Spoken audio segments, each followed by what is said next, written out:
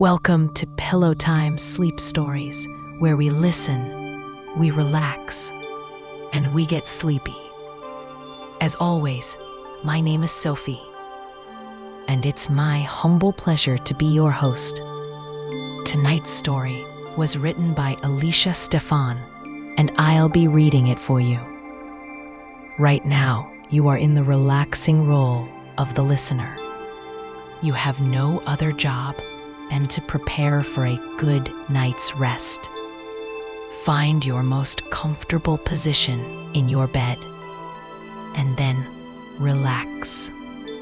We are both listening, satisfied, and many of you, we get to sleep with us the night and start consciously slowing and regulating your breathing. As you do this, stretch and release any parts of you that are holding on to tension. Your fingers, your toes, your ankles, your calves. As your body lets go of that stress, just sink into your mattress, allowing gravity to do its work. There's nothing more to concern yourself with today. So allow the body to relax fully, and you can follow along with this dreamy story for as long as you like, knowing that you can fall asleep at any time and come back to it another night if you want to hear more. Now, let's begin our story. On the south side of the famous city of Chicago, visitors can enjoy the wonders of the largest science museum in the Western Hemisphere, boasting more than 400,000 square feet of exhibits. The Griffin Museum of Science and Industry has hosted an estimated 180 million guests since it opened in 1933. The scope of the exhibits is truly astounding, ranging from a look inside a coal mine to a tour of a World War II submarine to spaces dedicated to biology, energy, and space. But what you might not expect is that the lower level is also host to what is one of the world's most intricate and astounding dollhouses. At the mention of a doll's house, you may picture a structure with only a few rooms, small enough to sit in the corner of a child's bedroom and populated by little people. But the one featured in this exhibit at the Griffin Museum is a legitimate work of art, stunning in its scope and attention to detail. The museum website gently jokes that this fanciful construction is the original tiny house. But the word tiny only applies to the items in its interior. Measuring 8 feet 7 inch by 8 feet 2 inch by 7 feet 7 inch in size, the doll's house that the museum calls a fairy castle even has a turret that stands to the height of 12 feet. But even with these impressive dimensions, it is what's inside that truly sparks the imagination. Namely, the house contains over 1,500 amazing miniatures, each of which was created with a level of detail that is almost unbelievable. Nearly as fascinating as the doll's house is the background of its creator. Her story can be traced to a time before the museum had even opened, and it demonstrates that the doll's house served a surprisingly valiant purpose before it settled into its current location. Let us take you back to the year 1923. The United States was ingoing in the decade we now refer to as the Roaring Twenties. Thanks to the advent of films, the stars of the silver screen were some of pop culture's celebrities.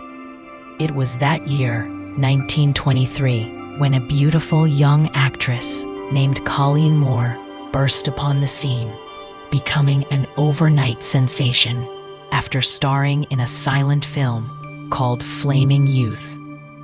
Although only an 11-minute piece of this film survives today, we know that it had a huge impact on American culture.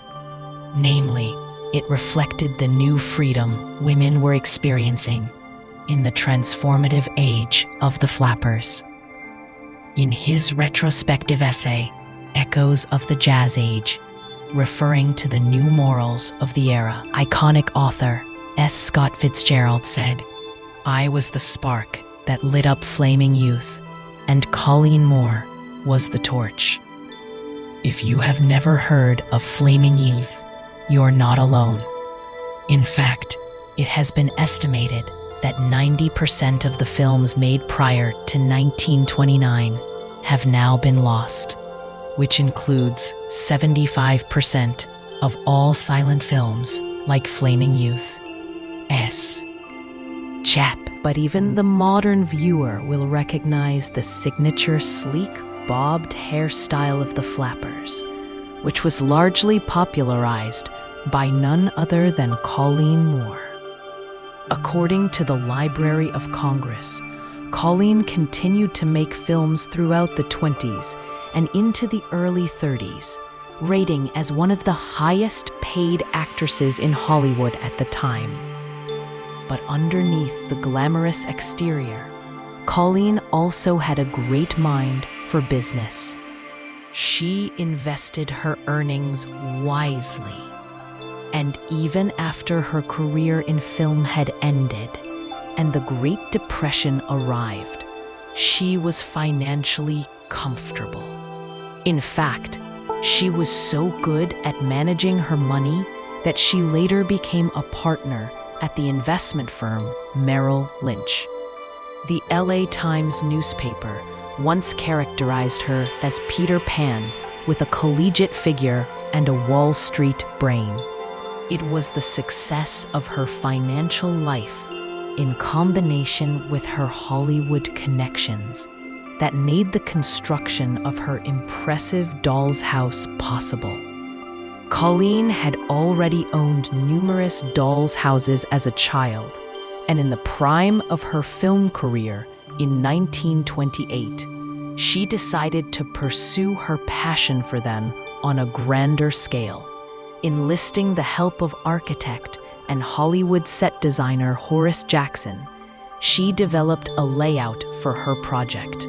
It was to be no ordinary style house. According to the Griffin Museum, the stated goal was that the architecture must have no sense of reality, and that they would invent a structure that was everybody's conception of an enchanted castle. Of course, the interiors of this house would have to be even more incredible than the exterior. To get them just right, Colleen appealed to a man named Harold Grieve, who had created the interiors of her own home, showing her typical forward-thinking nature.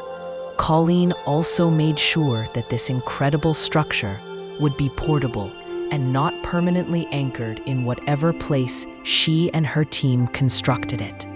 Accordingly, it was cast of aluminum and made to be broken down into 200 individual modular units that could be packed into the drawers of shipping crates, specially designed for the purpose. Incredibly, the house also had fully functional plumbing and electricity. But this focus on making the structure to mimic a real house didn't keep its creators from pursuing a sense of magic first and foremost. Instead of featuring small figures throughout the home demonstrating life happening inside, Colleen and her collaborators left the entire display empty of people, but filled with the suggestion that fairies lived there.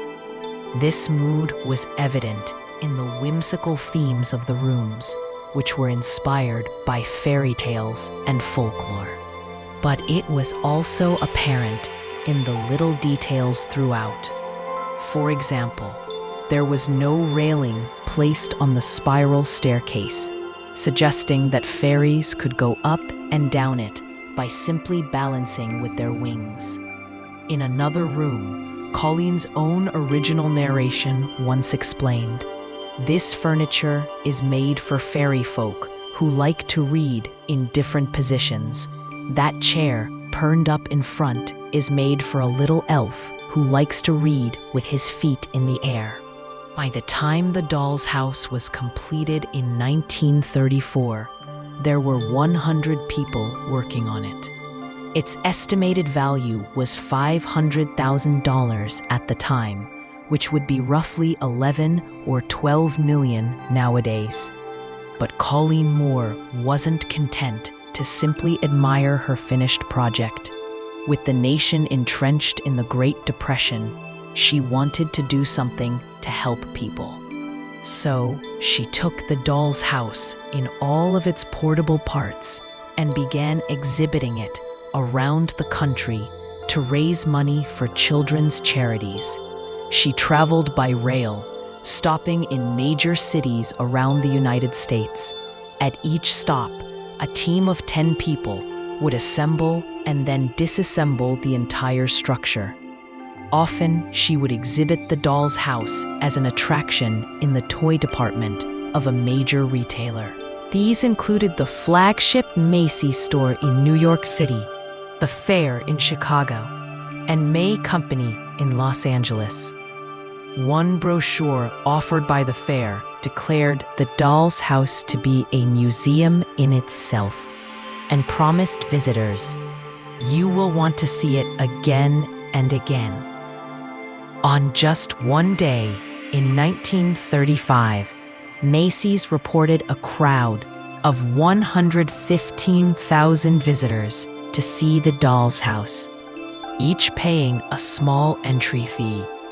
Although the dawn of World War II brought an end to the traveling show in the beginning of the 1940s, Colleen did manage to raise $650,000 of the original $1 million goal she had set for herself. It was truly an enormous charitable contribution during hard times. But it was not just the money that Colleen offered the public as a gift. Her hope was that the doll's house would inspire a sense of wonder and community in the people who flocked to see the exhibits. At a time when there was so much strife in the world, she wanted to bring people the escape she herself experienced through its creation. In 1949, the director of the Griffin Museum of Science and Industry sat next to Colleen Moore at a dinner. By the end, he had convinced her to make the museum the new home of her doll's house. The museum renamed it Colleen Moore's Fairy Castle, and it has resided there ever since, bringing that precious sense of wonder to millions of visitors who come to experience it. Now imagine that you have entered the room of the museum containing this unique fairy castle. Take a deep breath, because you are about to fall under its marvelous spell. At this moment, you are the only person entering the hushed space where the fairy castle lives, suspended in time, protected from the elements so that it will not fade or crumble. You are filled with a sense of anticipation, but also reverence. One side of the doll's house gives you a full view of the castle exterior. It is indeed a residence fit for a fairy princess. The gray stone facade features small, fanciful windows. Turrets soar upwards in varying shapes. Small doors give tantalizing glances to the lavish rooms within, and lights twinkle from behind those apertures, as if to invite you to enter. In the middle, on the ground floor, a sumptuous courtyard called the Magic Garden beckons. Viewing this exquisite space gives you an introduction to the level of detail that you will find throughout the house. A cradle rests in a rocking tree studded with gems that once belonged to Colleen's grandmother. There are also decorations on the walls. To the left, in bas relief, you can find illustrations from The Wizard of Oz. Over the door to the Great Hall, the genie emerges from his lamp to meet Aladdin. And above the Great Hall, on a balcony, you can see pictures from Don Quixote. Tiny bronze gates stand partially open at the entrance to the garden, as if you have arrived just in time to be whisked inside. You can well imagine that fairies had recently appeared in the courtyard and then disappeared through the front door. As a human observer, your route to the inside is to walk around the house, where its rooms become visible from the exterior. Peering inside the Great Hall is even more awe-inspiring than you had anticipated. The floor is made of ivory tile. The spiral staircase provides a dramatic centerpiece, descending gracefully into the room, unencumbered by a railing of the sort that mortals would require.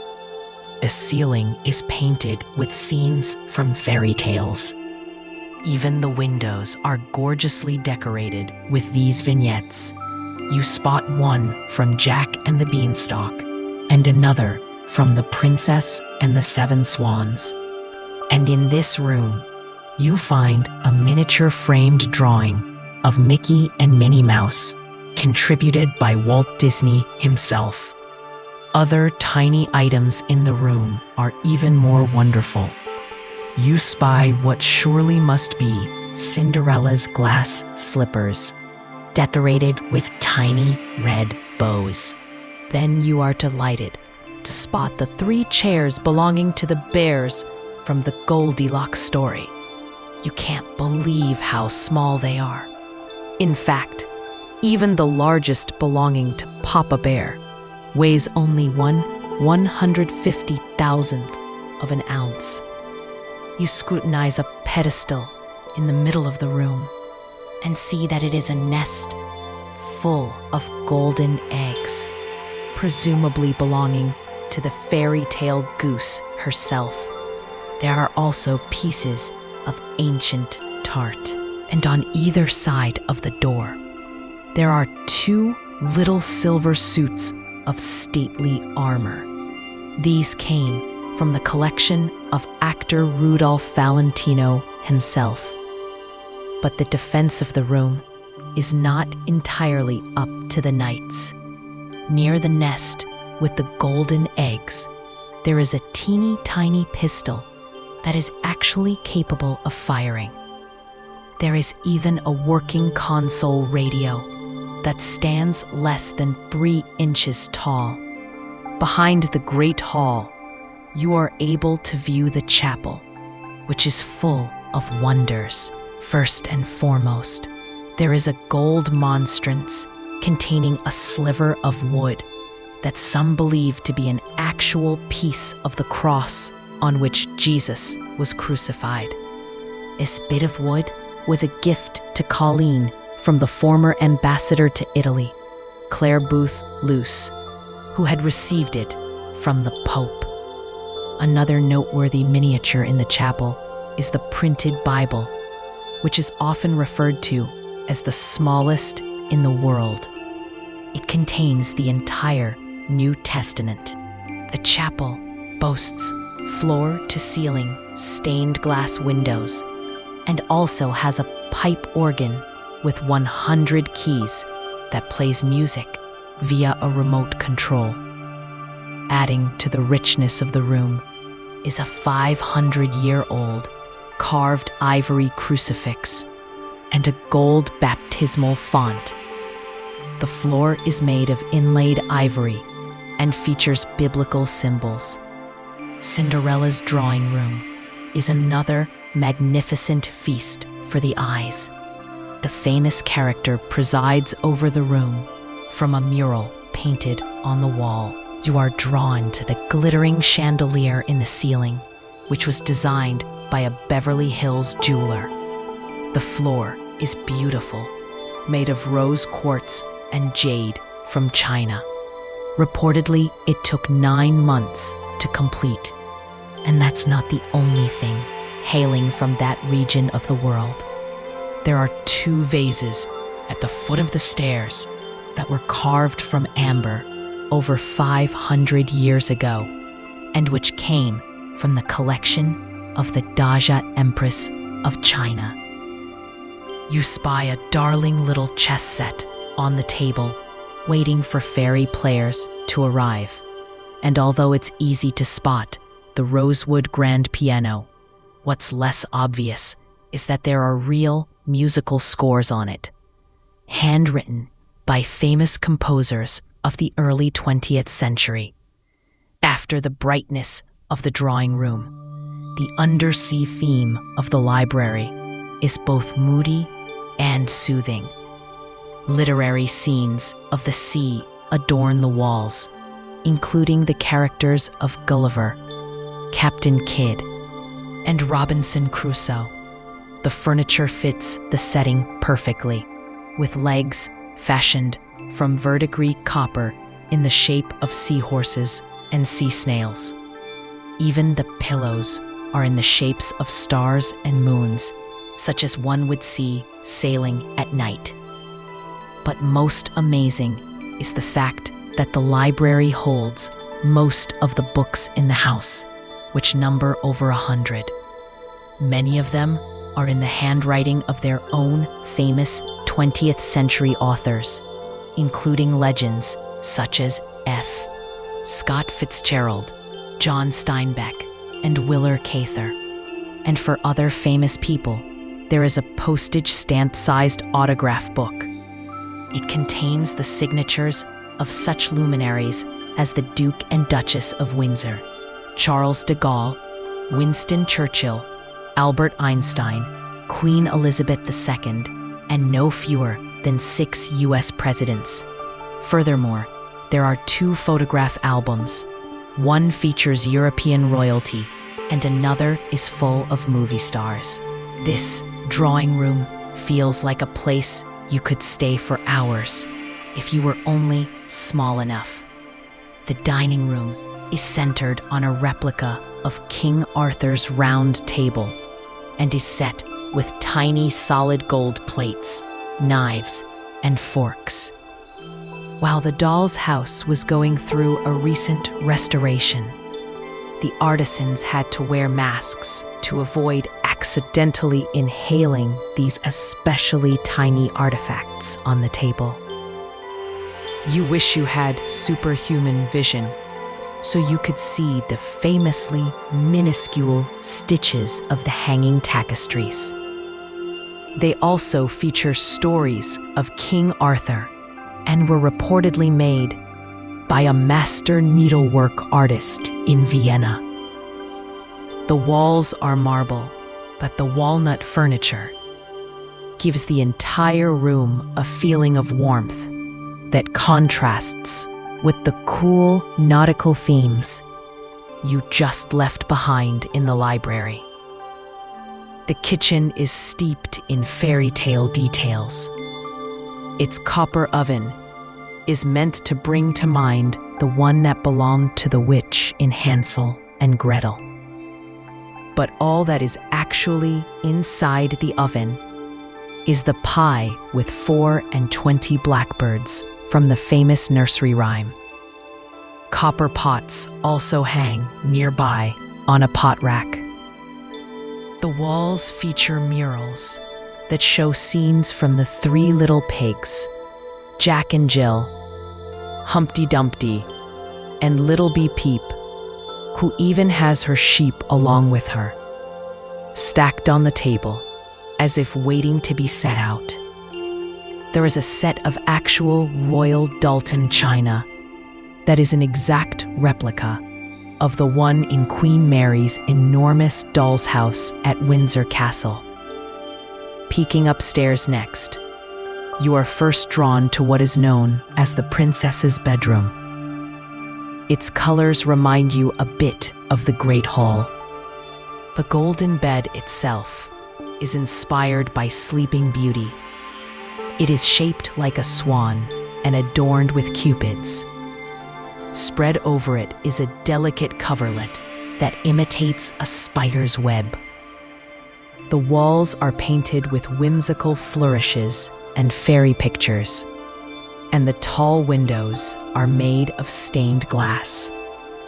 The various instruments in the room were crafted from jewelry. You can just imagine the princess sitting gracefully at the beautiful harp.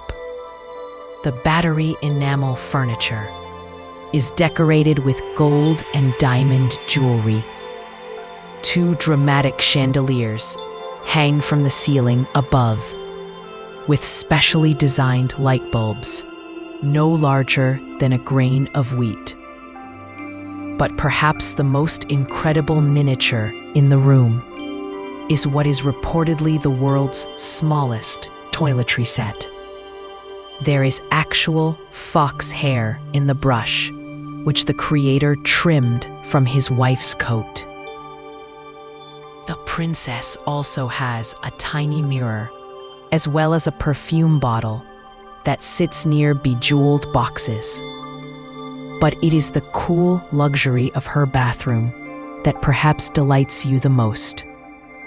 Like the library, it has an underwater theme. The jade green crystal walls are etched with the story of Undine, who was a water spirit. The bath itself is surrounded by silver swans and cupids. Most incredibly, there is actual running water thanks to the storage area in the tallest part of the castle and the pumps that move the water through the house. When it reaches the bathroom, it pours like a fountain into the tub from the mouths of elegant silver dolphins.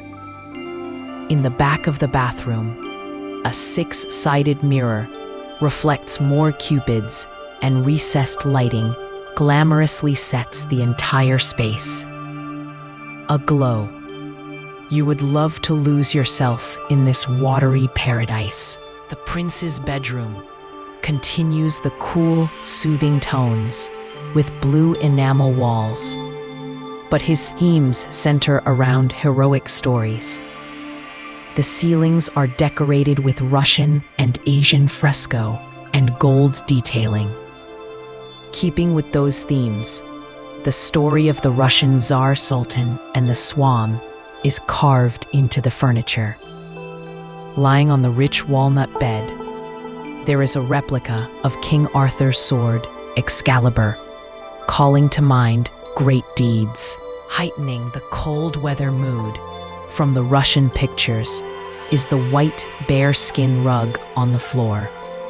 Colleen reportedly gathered the material for this from one of her own furs, and the taxidermist made its mouth using mouse teeth. And of course, the prince also has his own gorgeous bathroom. Again, themes of the sea are apparent in the sink, which is molded like a shell. The matching mirror above it is set with jewels. Water pours into the alabaster tub from golden mermaids holding more shells. As a final flourish, there's a matching gold Japanese chest that dates back about 500 years. Unbelievably, there is still another room left to see. This fairy story finishes with an attic full of fairy trinkets and antiques, presumably from former occupants. You lean in to scrutinize the items there. It appears that there are a few out-of-sea festive decorations. A wreath and a basket hang from the ceiling. An old Shaw's lounge and a large painting rest on one side. A pair of tall red boots stands brightly in the center. Enticingly, there is a steamer trunk covered in labels that must have traveled the fairy realm. You smile to yourself, thinking how accurately it captures many a storage space in the real world. And with that, you have seen the entire magical fairy castle. You step back in the low-lit room and absorb the silence for a moment. Your head full of the tiny wonders that rest within the display. Sealed behind the protective glass, it is truly the domain of good fairies, just waiting for its occupants to pop back in and take up residence once again. As you ponder the scale of Colleen Moore's imaginative and generous legacy, you recall a quote from an article about her construction of the doll's house, referring to the gift of the religious relic in the chapel, the one from Claire Boothloose. Colleen said, "The time will never come when we will not be in the presence of miracles." And at this moment, walking away slowly and quietly from this enchanted, hushed place, you feel a profound gratitude for experiencing that here. Later, perhaps in the world of dreams, you will return to Colleen's fairy castle and see its wonders for yourself once again.